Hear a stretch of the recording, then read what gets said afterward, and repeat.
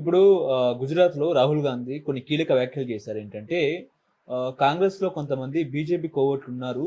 కాంగ్రెస్‌లో ఉంటూనే బీజేపీ నాయకుల పనులు కూడా చేస్తున్నారు అన్నట్టు కూడా మాట్లాడుతున్నారు. అంటే అది దేనికి వర్తిస్తుందంటారు? ఇక్కడున్న రేవంత్ రెడ్డి కూడా వర్తిస్తుందా? రాహుల్ గాంధీకి కొంత అమాయకత్వం కూడా ఉంది ఆయన. అందువలన కూడా ఆయన చాలామంది ఇష్టపడడానికి కొంచెం అమాయకత్వం ఉంది. పార్టీ అంతర్గత విషయాలను అంతర్గతంగానే పరిష్కరించాలి.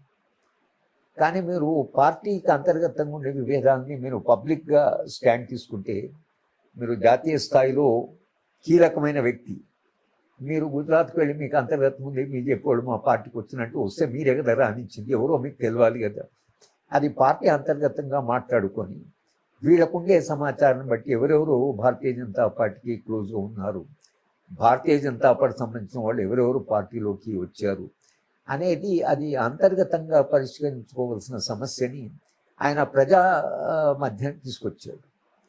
దానివల్ల ఒకటేమో నా పార్టీలో బలహీనతలు ఏంటో నాకు తెలుసు అనేది నిజాయితీగా ప్రజలకు చెప్పడం, మా పార్టీలో ఈ సమస్యలు ఉన్నాయి ఇలా చెప్పడం వలన పార్టీలో భారతీయ జనతా పార్టీ కాస్త దగ్గర ఉండేవాళ్ళు భయపడతారు.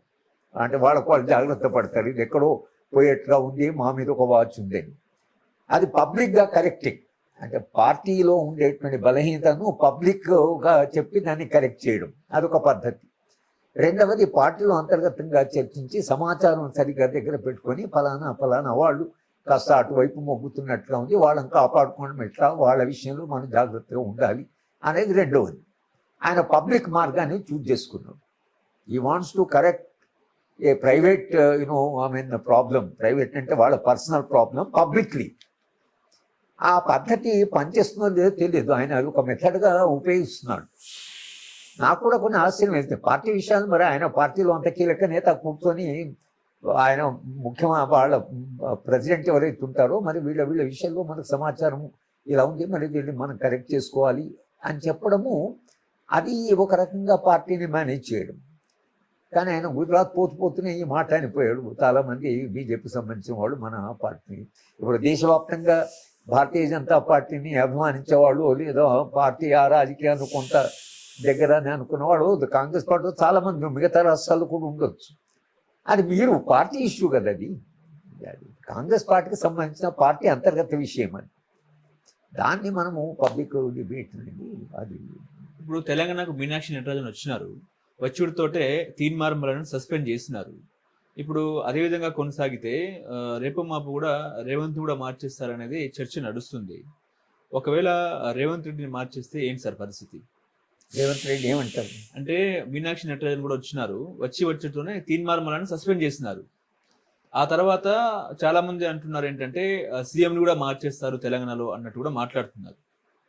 నేను అనుకోవడము కాంగ్రెస్ పార్టీ రేవంత్ రెడ్డిని ఎప్పుడు మార్చడం అనేది సాధ్యం కాదు. ఎందుకు సాధ్యం కాదంటే, ఒకటి పార్టీని రివైవ్ చేశాడు, పార్టీని నడిపించి అధికారంలోకి తీసుకొచ్చాడు. రెండవది కాంగ్రెస్ పార్టీ తాము చేసిన తప్పుల నుంచి చాలా నేర్చుకున్నారు.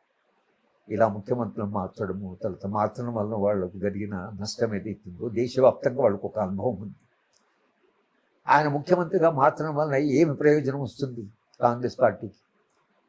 ఇవాళ రేవంత్ రెడ్డిని మార్చవలసిన అవసరం ఏముంది? మార్చి ఎవరిని మీరు ముఖ్యమంత్రి చేస్తారు? రేవంత్ రెడ్డి కంటే కూడా ఎక్కువ పార్టీ మీద కమాండ్ ఉంది, మొత్తం పార్టీని కంట్రోల్ చేసి ఒక మెచ్యూర్డ్ నాయకుడు ఎవరున్నారు అనే ప్రశ్న వస్తుంది మీకు. కనుక ఇవాళ ఒక ముఖ్యమంత్రి రైట్ ఆర్ రాంగ్ వాదిస్తున్నాడు, పబ్లిక్గా డిబేట్ చేస్తున్నాడు, పెద్ద ఆర్టికులేట్ ఉన్నాడు, ఇష్యూస్ కొంత అర్థం చేసుకుంటాడు, జనాన్ని కొంత క్యారీ చేస్తున్నాడు. ఇటువంటి వ్యక్తిని మీరు సడన్గా ఆయన నువ్వేం తీసేస్తామంటే ఏ కారణాలను తీసేస్తారనే ప్రశ్న వస్తుంది. ఏ ముఖ్యమంత్రి అయినా కొంత అసంతృప్తి ఉంటుంది, కానీ చాలామంది మంత్రులు కావాలంటే అందరికీ మంత్రి పదవులు ఇవ్వలేరు. అది రేవంత్ రెడ్డి గారు ఇంకెవరు ఇప్పుడు రాహుల్ గాంధీ అయినా కూడా ఎవరికైనా మీరు అందరినీ సాటిస్ఫై చేయలేరు కదా.